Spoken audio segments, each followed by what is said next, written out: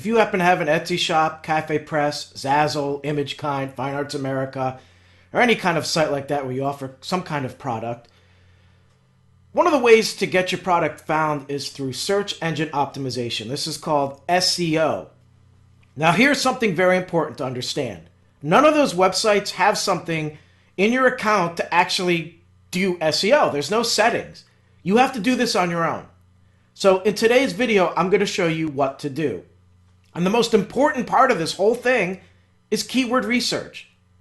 That's the most important thing. And then I will tell you about formatting your description and your titles.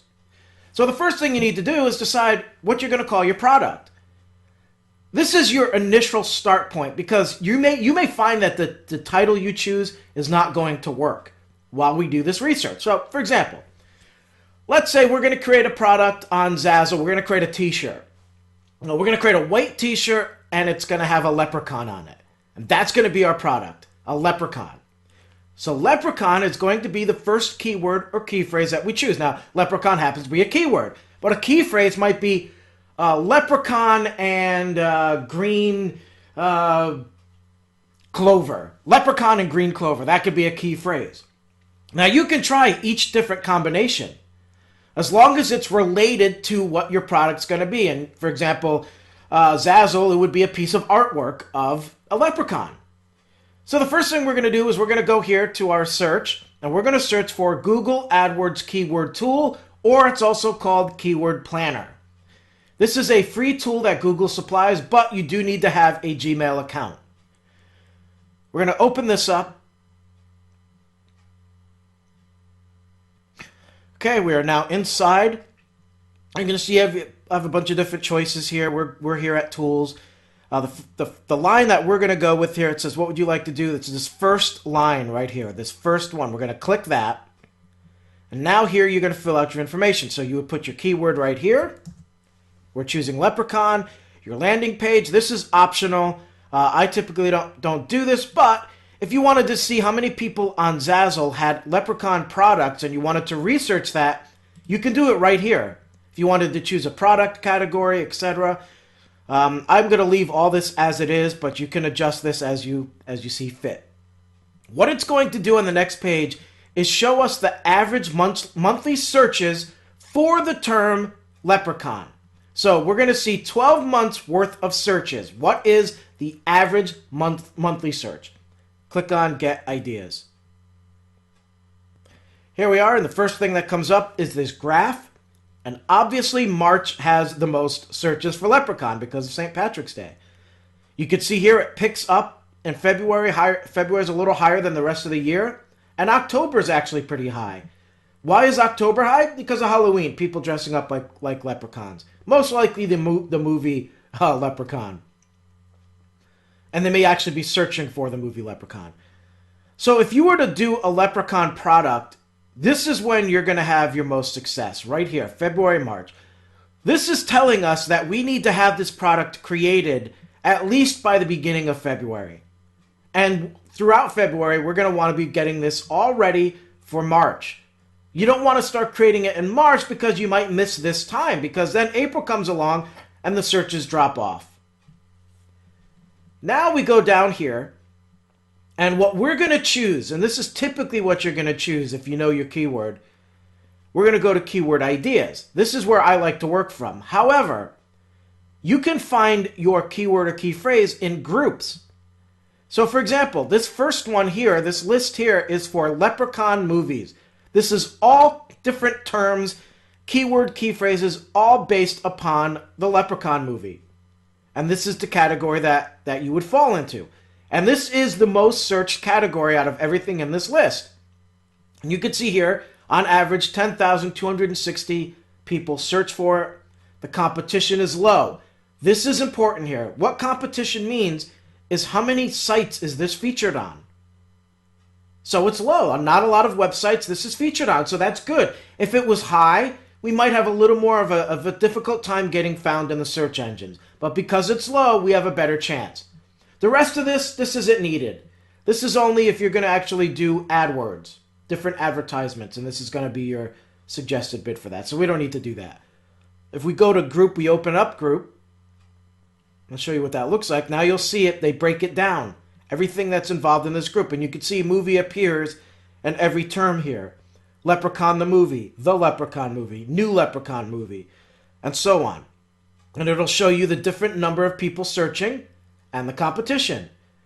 So everything we saw on the previous page was averages. Here you can see that Leprechaun the movie gets medium competition. So it's featured on a lot of websites, and you have 720 people a month search for it on average. Obviously, in March, it's going to be a lot higher than that. But we like to go here to keyword ideas. And the first thing you're going to see is your actual keyword come up. So our keyword here is leprechaun. We get 135,000 people searching a month, and the competition is low. So this is a good term to use. And if we were to do an AdWord, for example, it would be very affordable at 19 cents. Even better, 2 cents for our leprechaun's reel.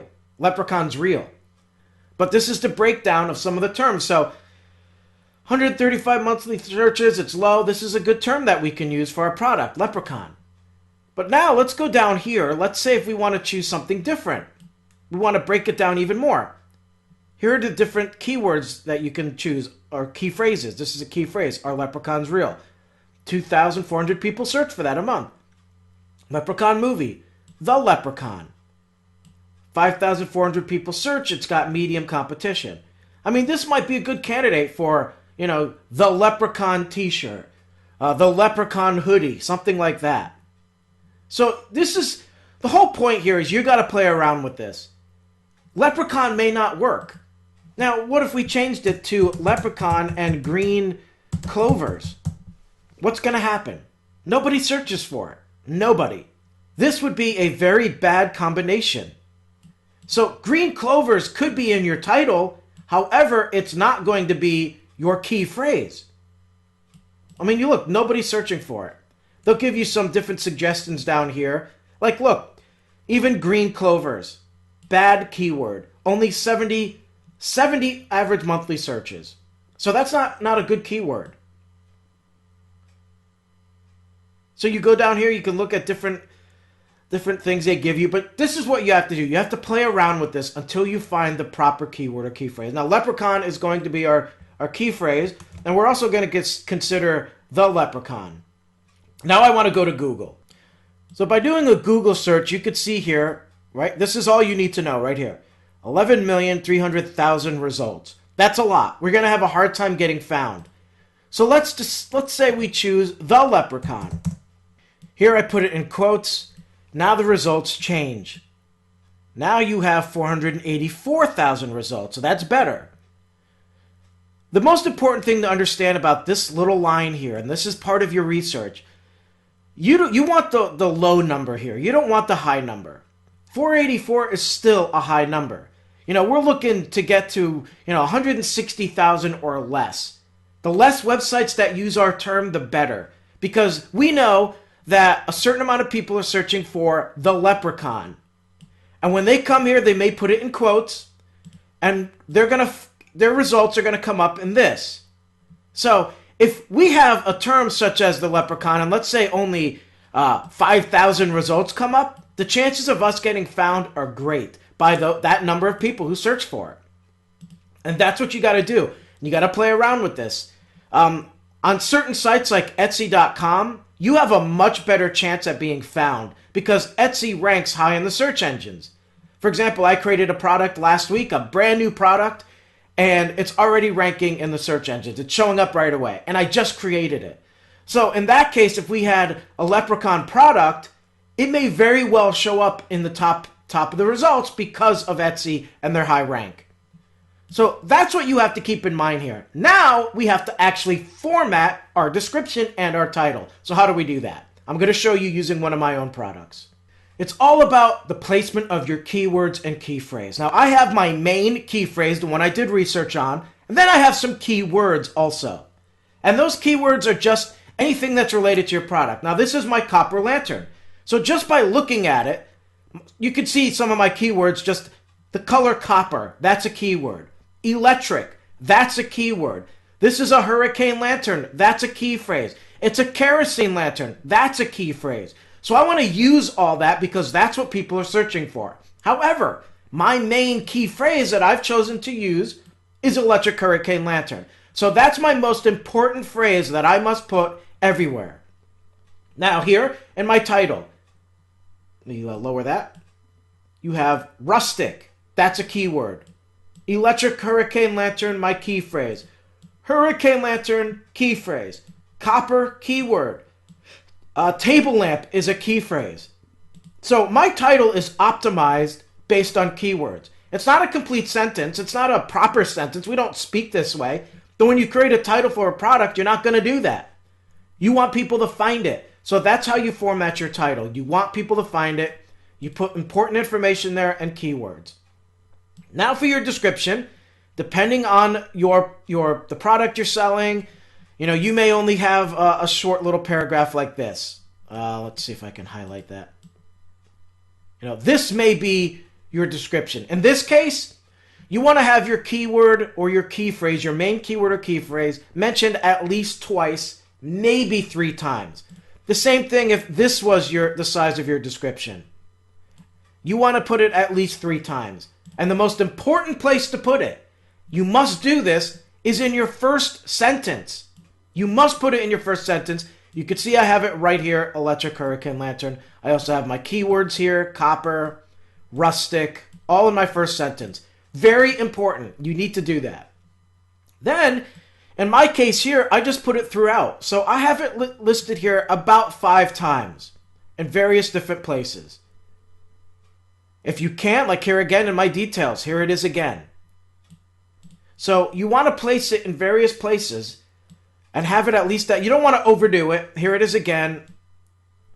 You don't want to overdo it. Some of the rule of thumb is once after 100 words. But if you're doing a Zazzle product and you have, a short description, you just want to get it in there a few times. And that's it. And then when you go down, you're going to notice on your page, when you go down in your editing, you're going to have to add tags. Make sure your main keyword or key phrase is your first tag. And then the rest of your tags are all relevant keywords to your product. The color, the size, the type, anything someone might be searching for.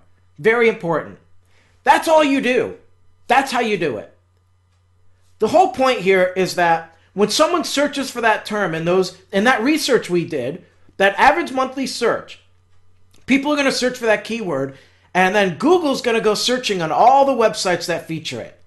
The websites and the web pages that feature it mentioned a bunch of times are going to stick out to Google. If it's only mentioned once, then Google is being told this isn't a relevant page for what this person's looking for. They're obviously looking for that certain term. Therefore, they're going to see your description for your product that has it listed 5 times or 6 times, and it's going to tell Google, hey, this here is what they might be looking for. And that's what's going to bring it up in the search results. So that's how you do it. It works for any product that you create. The size of your description, there's a debate on that. Should it be the size of a blog post, a small description? I think it all depends on your product. I mean, it all depends on what you say. But always remember the importance of your keyword and key phrases and where to place them. And that's going to help you in your business and help you get found. That's it. That's how you do it. So I hope that helps you, and best of luck with your products.